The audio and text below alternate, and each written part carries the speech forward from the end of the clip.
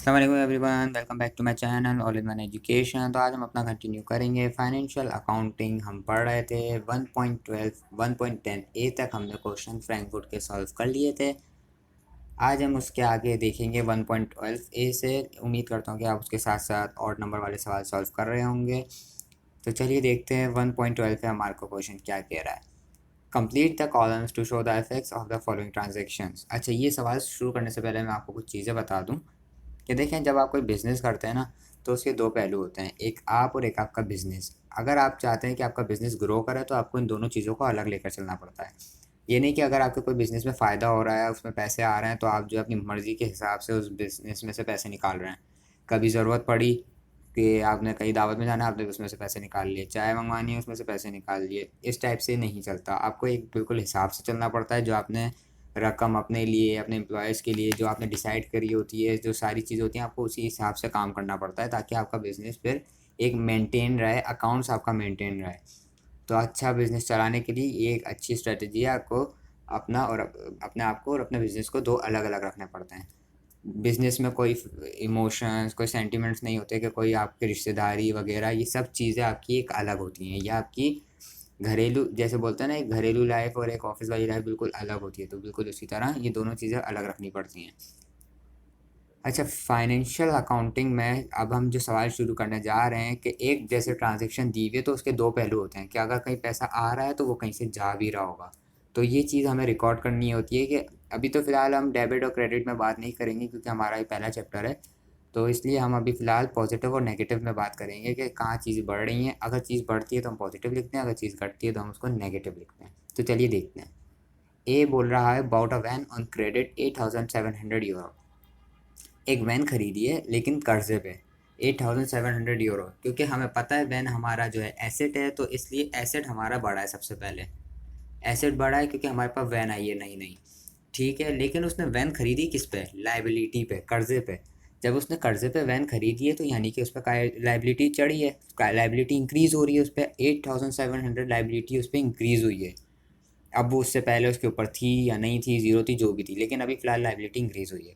अगर ये पैसे उसको जिस तरह चुकाता रहेगा तो ये लाइबिलिटी डिक्रीज़ होती रहेगी, फिर हम उसी जगह पर माइनस लिखेंगे।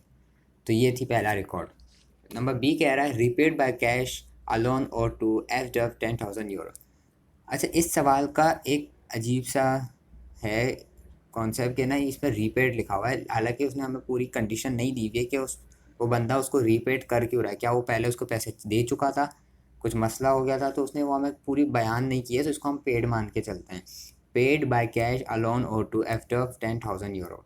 एफ डब नाम का कोई एक बंदा है, उससे उसने पैसे उधार लिए थे, कर्जे पे लिए थे, जो कि अब उसको चुका रहा है। और कैश के ज़रिए पैसे चुका रहा है। तो सबसे पहले तो उसके पास कैश माइनस हुआ कि कैश चला गया उसके पास। और लाइबिलिटी यहाँ पे होगी डिक्रीज, बिकॉज वो पैसे जब उसको चुका रहा है तो उसकी लाइबिलिटी कम हो रही है। अब उसके ऊपर कर्जा है ही नहीं क्योंकि वो उसके पैसे चुका चुका है, तो इसलिए यहाँ पे लाइबिलिटी डिक्रीज हुई है। नंबर सी कह रहा है bought goods for 1,400 euro paying by cheque. तो सबसे पहले तो प्लस लगाएंगे क्योंकि उसके पास जो है गुड्स आए हैं, गुड्स इंक्रीज़ हुए हैं।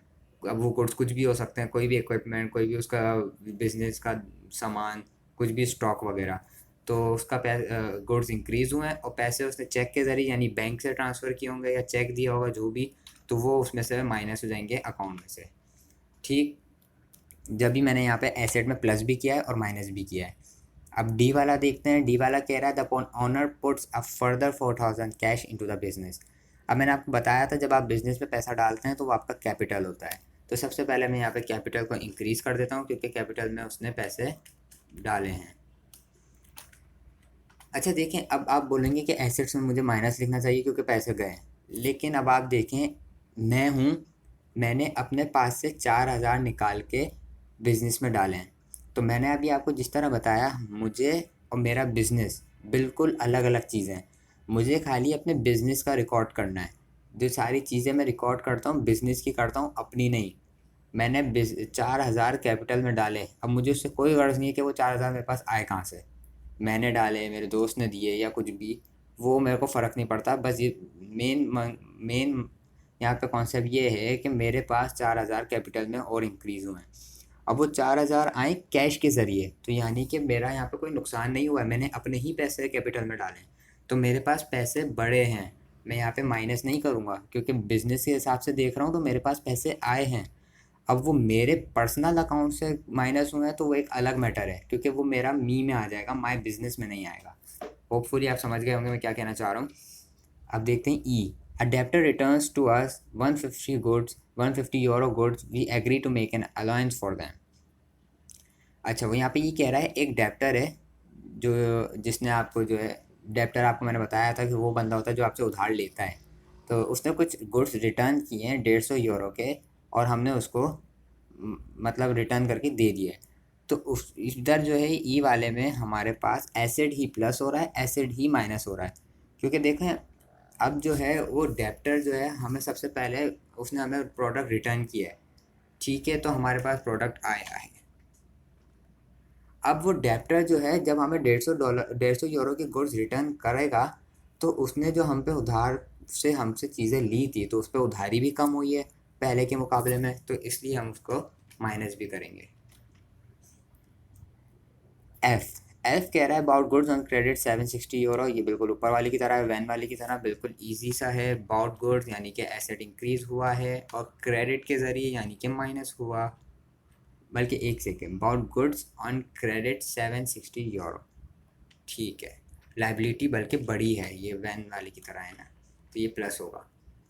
The owner takes out 200 euro cash for his personal use. अब ये देखें, ऑनर ने पर्सनल यूज़ के लिए कुछ पैसे निकाले हैं बिजनेस में से, यानी कि बिजनेस में से निकाले हैं तो कैपिटल में से निकाले होंगे, कैपिटल में से निकाले तो माइनस कर दिए।